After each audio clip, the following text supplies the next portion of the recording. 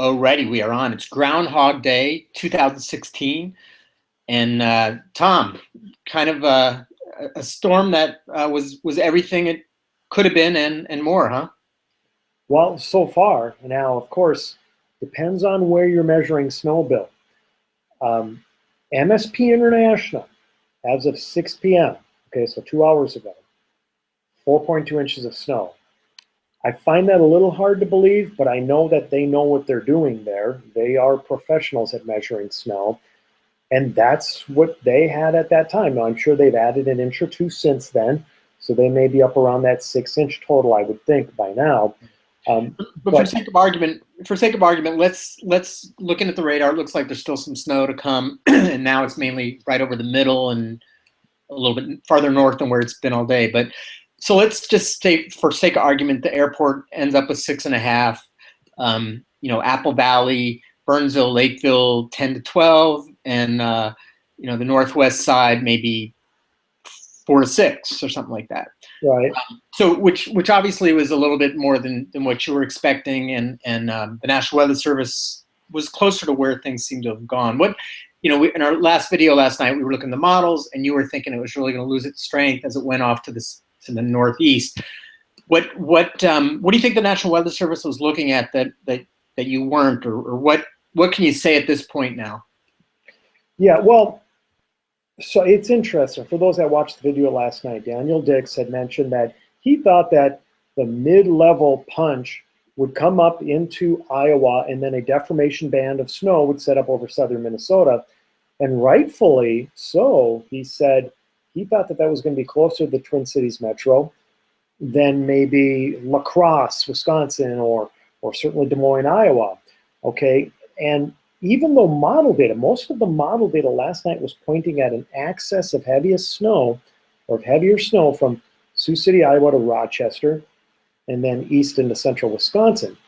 Okay, but Daniel and others, the National Weather Service too, had kind of shifted that band about 50 to 70 miles further northwest than certainly what I was thinking, and then what most people were thinking, and even the computer models. Probably just a gut feeling. Certainly some meteorology involved with that, but a lot of times it's gut feeling.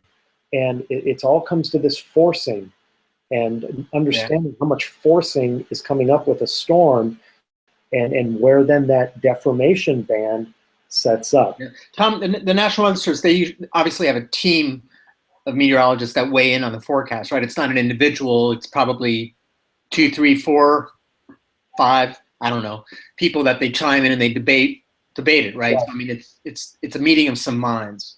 Yep. Yep.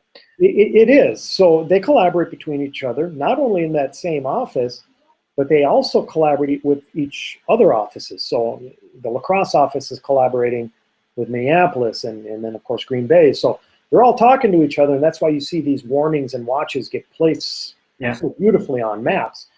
But even let's ask La Crosse National Weather Service how they feel like right now.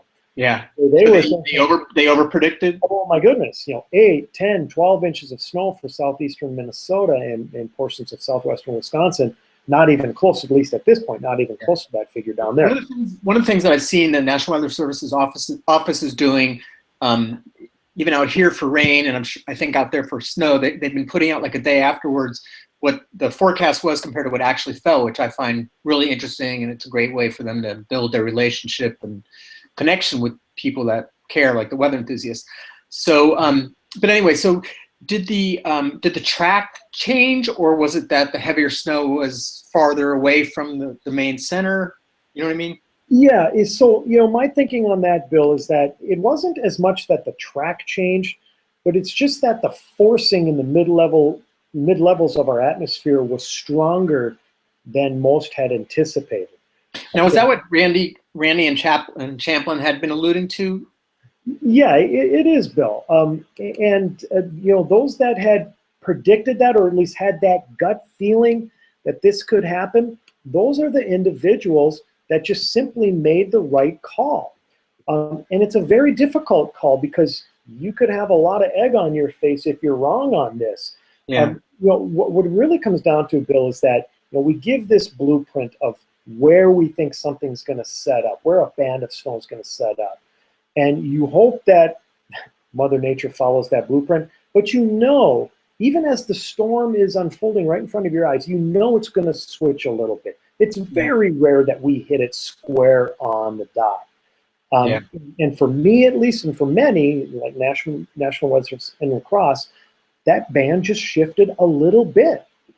And some of us are kind of paying the price for it. The Twin Cities is paying the price for it because they got in on the real heavy snow. Yep. So you're saying that the Twin Cities National Weather Service office is feeling pretty good about the prediction, whereas the Lacrosse one may not be feeling as good. So right, I think that's the way it's going to pan out. That's the way it's going to pan out, Bill.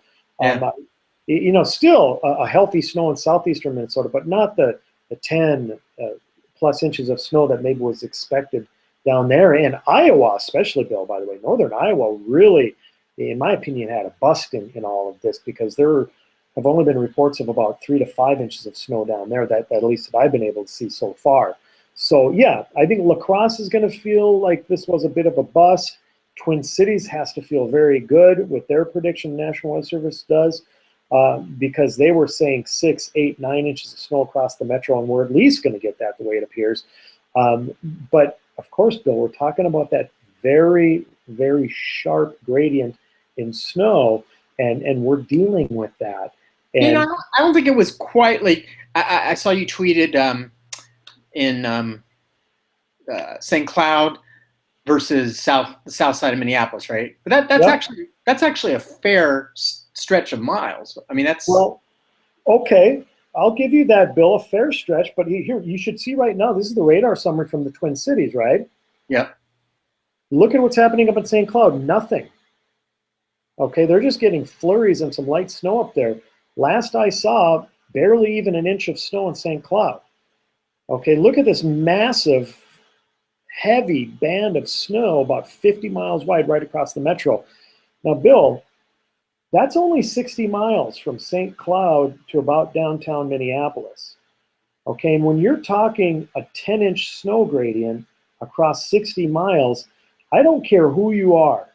That is tough to predict. Yeah. Now, if you remember the snowstorm back in Washington, D.C. just a week or so ago, right? Yep. There was a 15 to 20-inch gradient of snow plus in a 60-mile stretch. Yeah, the thing from Scranton to somewhere else, yeah. Right. So imagine trying to be with the National Weather Service, or trying to be somebody who has to predict that, Bill. Yeah. That, to me, that's impossible.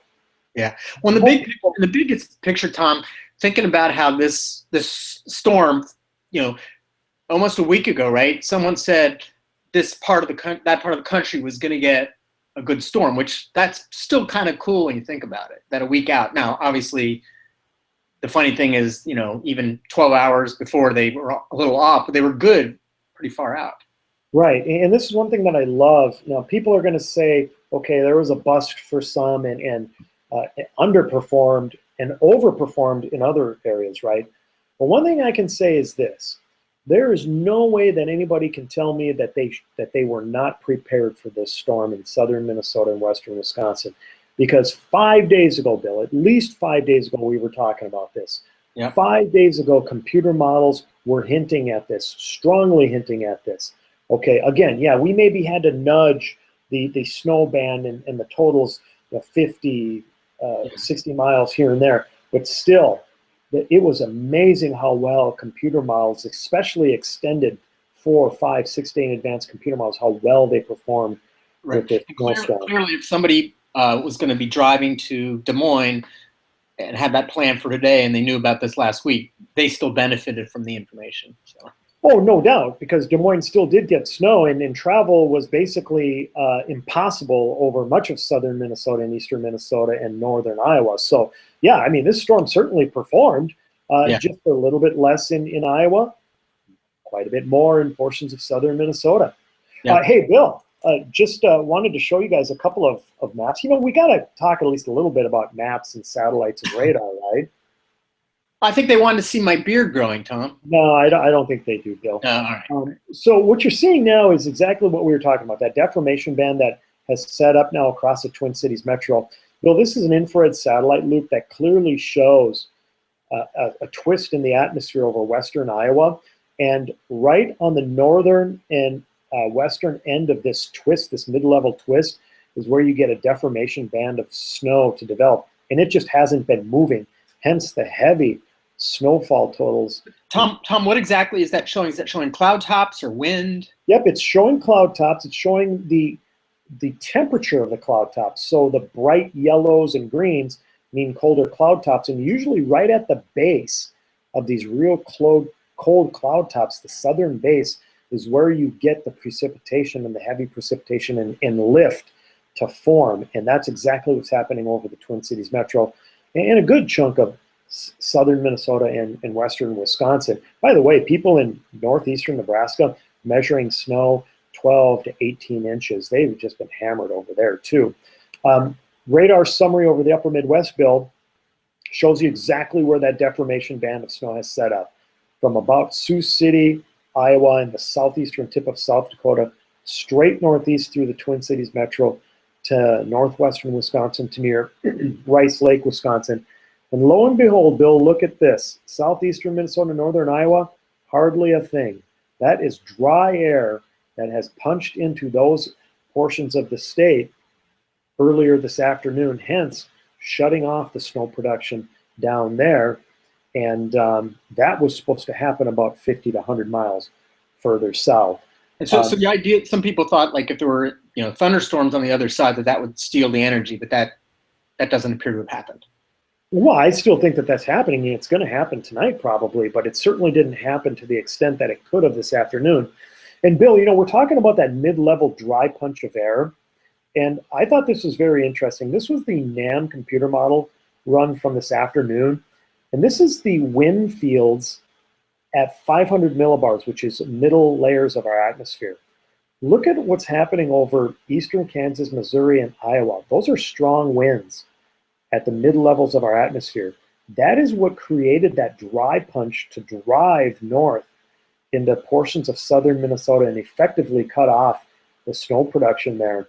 And it all has to do with those strong mid-level winds and the dry air that it pulls up from the desert Southwest into our area, or at least portions of our area. Tom, it occurs to me, like with that strength of that wind there, is it possible that the system sort of becomes so energized that can actually push the bigger snow farther away? You know what I mean? Or farther north, right?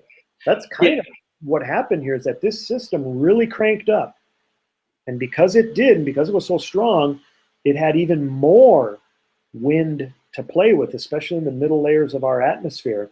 And that is what is responsible for driving and forcing that dry air from the desert Southwest into portions of southern Minnesota and certainly Iowa, cutting off the snow in those areas. And for you snow lovers in the Twin Cities, you kind of got to thank the desert Southwest, because that was partly responsible for creating that deformation snow band further north than what was expected over portions of southern and eastern Minnesota, including the Twin Cities metro. And Bill, the people that always think that the snow doesn't fall, the heavy snows managed to miss the Twin Cities, somebody must have unlocked the gate and changed that this time around. Well, I'm blaming it on Daniel Dix, because he's down in Dakota County, and I know he was doing a rain dance last night, or a snow dance, I should say, last night during our video, and he was talking a big game, and I just think that all the stars aligned for him. And maybe just the good Lord likes that guy. That might be exactly what happened here. Certainly Mother Nature likes him. Yeah. Hey, Bill, one last graphic computer model to show everybody. This is the radar, future radar from the high-res computer model, the HRR computer model. It shows snow still over the Twin Cities through at least 10 o'clock tonight. And then look at what happens by about midnight and 2 a.m. This snow finally starts to decrease in intensity. And then by sunrise, we should at best just have flurries here in southern Minnesota, including the Twin Cities. But by then, Bill, the damage has been done. I just won't be surprised if we start hearing some rogue snow amounts of 12 inches in portions of the Twin Cities. Certainly, pretty much everybody in the metro now seems to be a lock for 6 inches. And I'm excited to see what comes out of the National Weather Service, not only at Minneapolis International, but also in Chanhassen, because I trust those guys more than anybody, Bill, and we'll see what kind of totals they come out with. By the way, Bill, this is the Novak Weather Now map. Now, I created this, I don't know, maybe 3 hours ago. I might have to update this again because of that snow band that's just sitting over the Twin Cities. But look at that, 9 to 12 inches of snow over the southern metro. Certainly 6 to 9 inches of snow from the downtowns, south and east.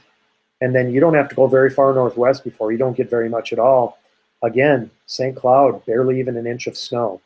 So sharp northwest to southeast gradient. That was they're not eating the vegetables in St. Cloud. That's why it happened, right? Well, you know what? They're just wondering. In fact, I got a note on Facebook from one of my followers up in St. Cloud.